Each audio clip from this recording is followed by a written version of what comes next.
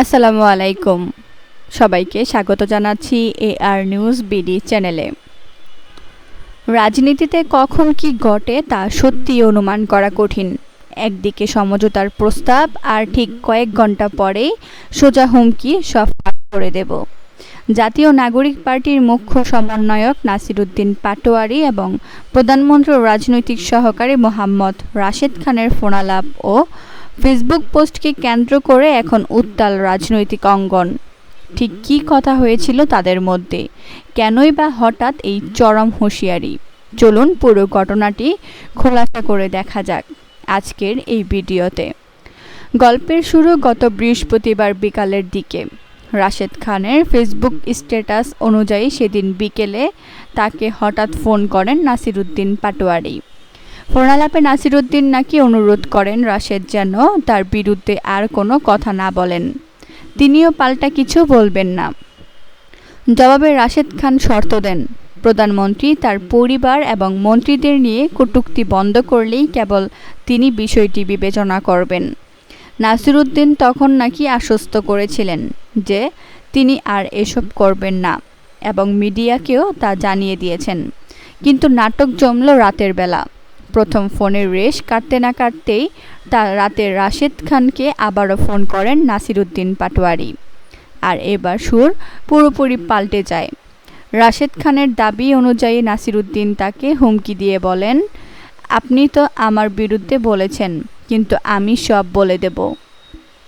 আপনারা আমাদের কাছে এসে 5 লাখ টাকা করে নিয়ে যেতেন। আমার কাছে সব কিছুর প্রমাণ আছে। ফ্ল্যাট কিনেছেন, ডকুমেন্ট সব আমার কাছে আছে। এসব থেকে বাঁচতেই তো আপনি বিএনপিতে গিয়েছেন।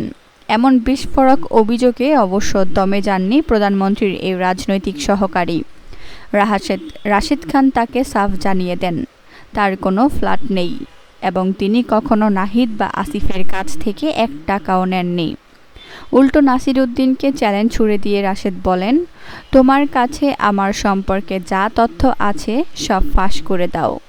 রাশেদ খান ভেবেছিলেন ওই তরুণ হয়তো নিজের ভুল বুঝতে পেরেছেন এবং তাকে একটা সুযোগ দেওয়া উচিত।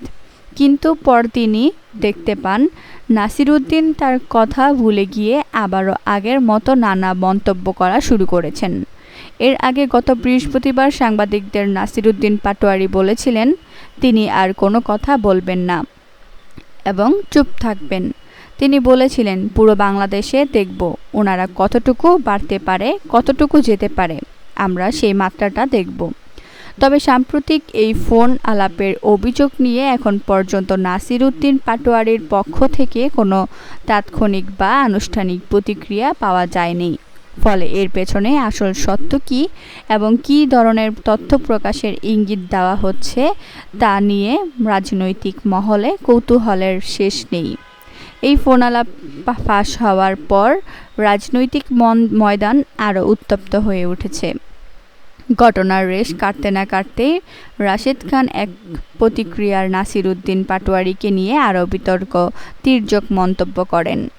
তিনি পরামর্শ দিয়ে বলেন, নাসিরুদ্দিনের মানসিক সমস্যা, মানসিক স্বাস্থ্য পরীক্ষা করানোর উচিত এবং তাকে কোনো ভালো মনোরোগ বিশেষজ্ঞদের কাছে দেখানো দরকার। অন্যদিকে জাতীয় নাগরিক পার্টির পক্ষ থেকেও এই পুরো ঘটনা ও রাশেদ খানের বক্তব্যের তীব্র প্রতিবাদ জানানো হয়েছে, যা এই দ্বন্দ্বকে আরও বাড়িয়ে দিয়েছে।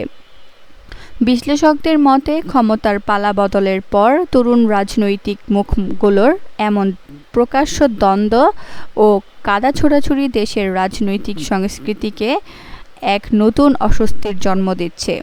একদিকে আর্থিক লেনদেন ও ফ্ল্যাট কেনার মতো গুরুতর অভিযোগ, অন্যদিকে মানসিক সুস্থতা নিয়ে প্রশ্ন। সব মিলিয়ে এই বিবাদ কেবল ব্যক্তিগত পর্যায়ে সীমাবদ্ধ নেই, বরং এটি জাতীয় রাজনীতির একটি হট টপিক হয়ে দাঁড়িয়েছে। এখন দেখার বিষয় আইনি বা রাজনৈতিকভাবে এই পাল্টাপাল্টি হুমকির শেষ কোথায় গিয়ে ঠেকে। আজ এখানেই শেষ করছি। সবাই ভালো থাকুন, সুস্থ থাকুন। আল্লাহ হাফেজ।